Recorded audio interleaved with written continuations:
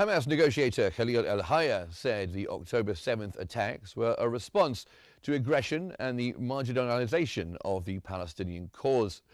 Speaking by video to the Arab National Conference in Beirut, al-Hayya framed the October 7th attacks as retaliation and a bid to reassert the Palestinian cause. The truce in place since October 10th has repeatedly come under strain as Israel accuses Hamas of stalling on returning the bodies of detainees and failing to disarm. While carrying out strikes, it says respond to attacks on its forces. The sides trade blame for violations as mediators push to hold the ceasefire.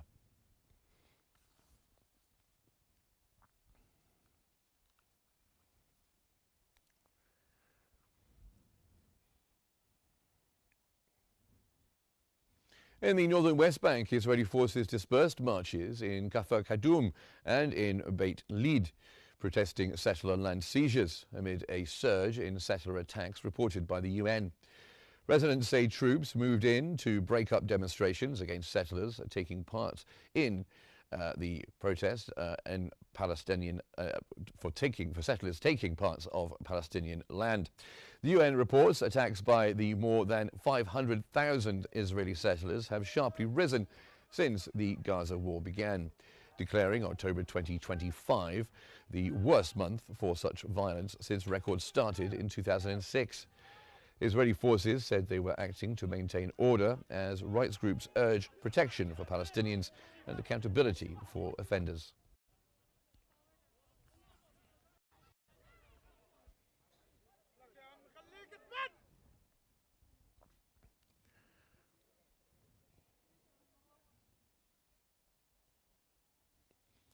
Local sources say Israeli warplanes struck Gaza City and Qnews early today with artillery fire east of the city in what they call another breach of the ceasefire. Strikes were reported in eastern Qnews and eastern Gaza City, alongside Israeli artillery shelling to the east of the southern city. No casualties were immediately reported, while at the same time, residents said Israeli occupation forces continued demolishing residential buildings and structures east of Gaza City.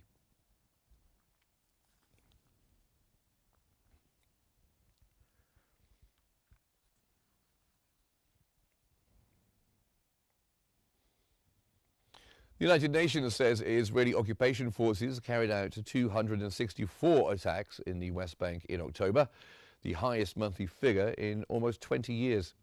UN Deputy Spokesperson Farhan Haq, citing OCHA data, reports 264 October incidents causing Palestinian deaths, injuries or property damage, the worst monthly toll since records began nearly 2 decades ago.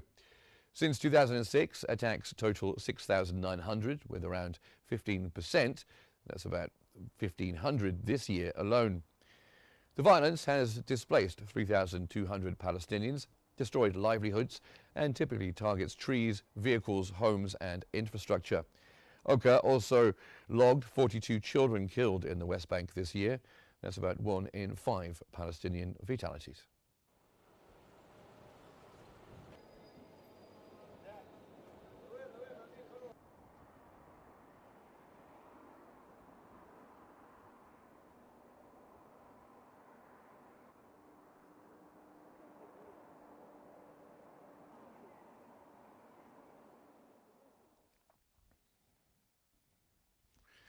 Israel says a deceased detainee's body was transferred to the National Forensics Institute for identification under the ongoing ceasefire arrangements.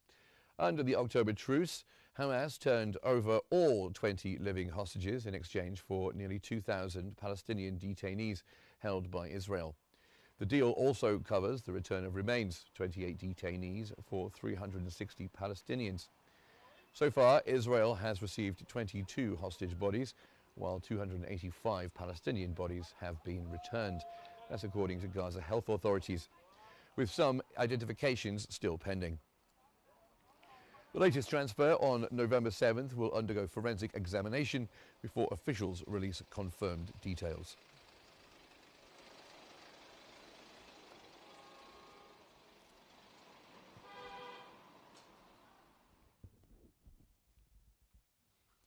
Meanwhile, medical sources in Gaza say Israel handed over 15 bodies via the ICRC and received at Nasser Medical Complex, bringing the total returned to 300. Hospitals report the latest transfer is the 11th batch of bodies returned through the International Committee of the Red Cross. With today's arrival at Nasser Medical Complex in Qnews, officials say 300 bodies have now been received, of which 89 have been identified. Medical staff and families say many remains show severe abuse and burning, complicating identification. Verification efforts are ongoing, and authorities are appealing for DNA matches to confirm names.